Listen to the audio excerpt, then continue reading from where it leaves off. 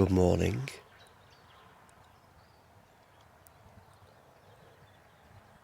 Welcome to another Tuesday on Bob's Garden.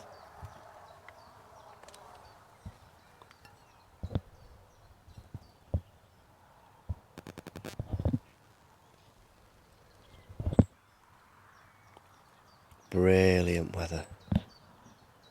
Not a cloud in the sky. Birds are out. Chickens are feeding. And I'm thinking about my courgettes. And I'm sneezing.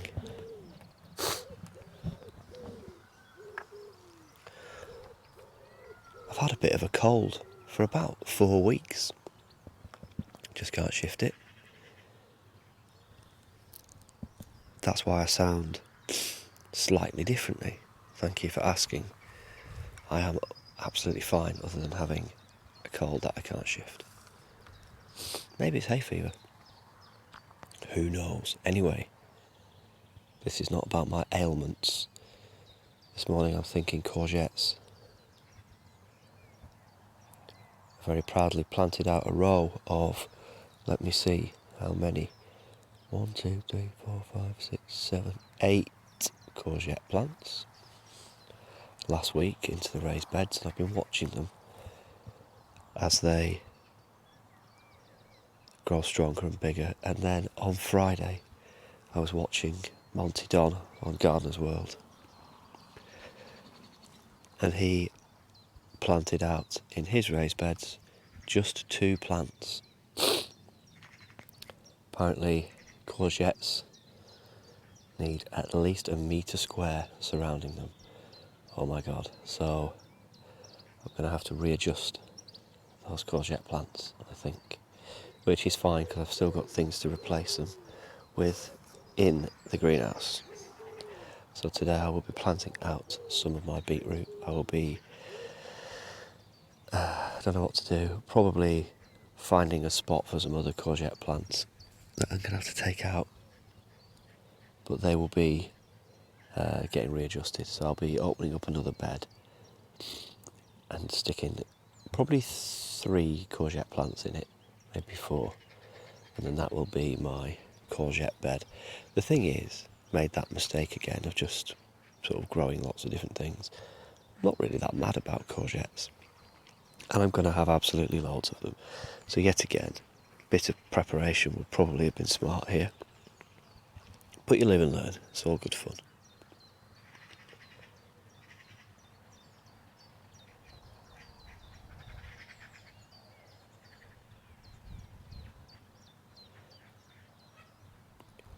The raised bed that I filled with flowers is looking rather nice. My 5-year-old boy planted some lupins at the end of the year, and they were transplanted into the bed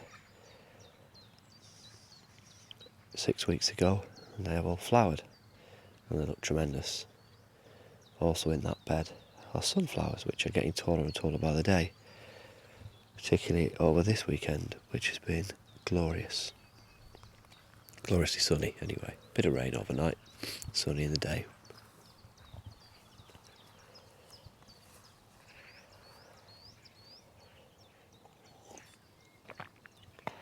I'm drinking a coffee bag coffee this morning. #drinkwatch.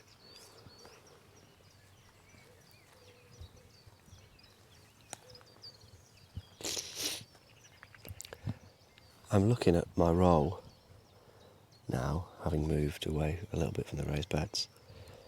My row of climbing French beans that I've planted out. Now it's funny, when I plant things out, I'm sure other people have this problem too, sort of plant things out and they seem to stall for a week. I think they're sort of getting used to being shifted around in their new home, and then they put on some growth.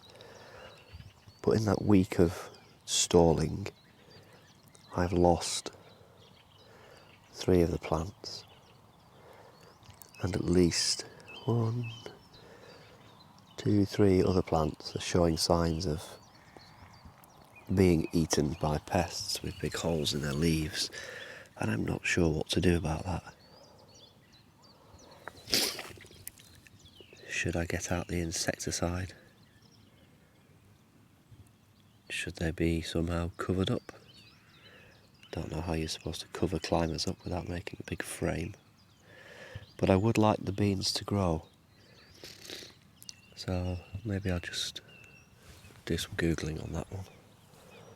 That might be an option for me. Oh God, it feels good to have the sun on your face. It's really warming me up. After my gardening time this morning, I've got a busy day, including an interview. Yes, sad times. I'm looking for a real job.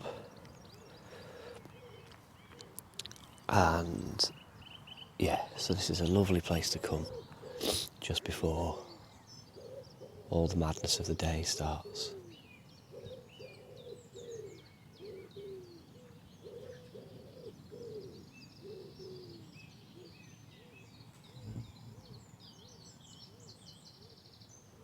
Something just flew into my ear. Ooh, get off.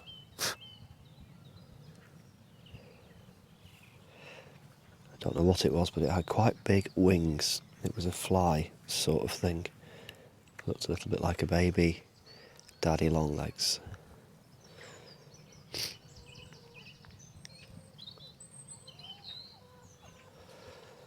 I think I'll let the chickens out. Most of them seem to have breakfasted. So I'm going through now the little gate I made on their pen. So they've got the coop that they live in, and then the chicken run. Both of those are nice and secure. And I've got a sort of open prison style area which they could escape from if they tried, but they generally don't. So let's allow them out into the exercise yard. So I'm forcing the door open now, and they're all very excited and they're coming straight out. Oh, I know, yes.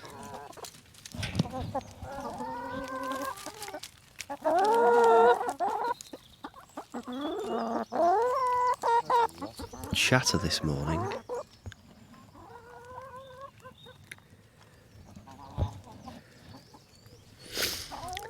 In the bottom of their run,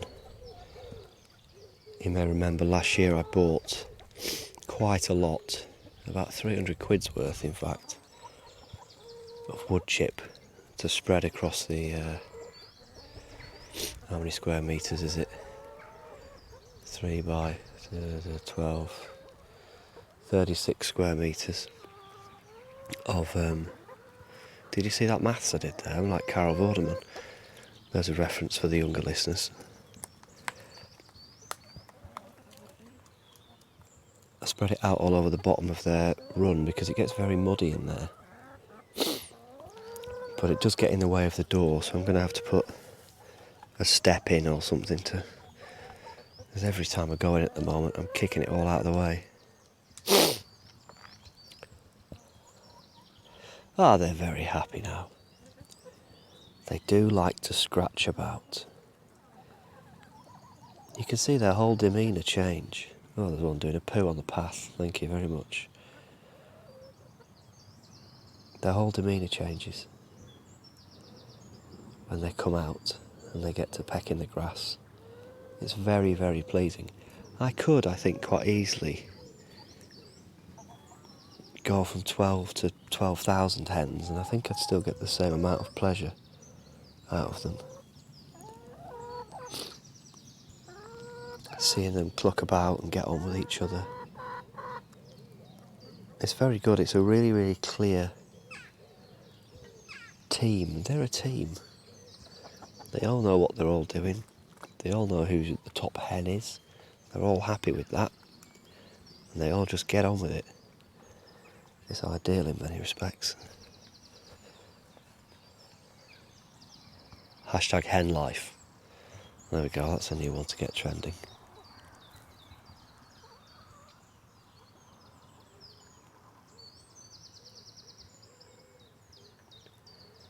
I'm looking at some sort of hip-high grass through which I've mown 4 passages.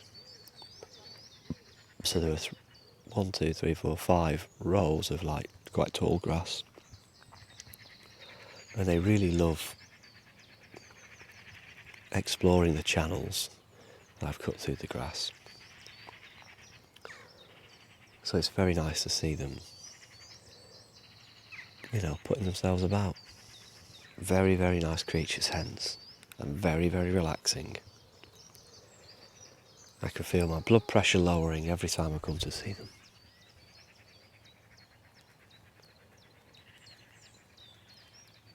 Oh gosh, look at that. I'm stood under one of the plum trees and I can see some tiny little plums on it. I don't know why that is surprising, and why have I not noticed that before? You know what that means? That means only one thing: plum gin. Excellent.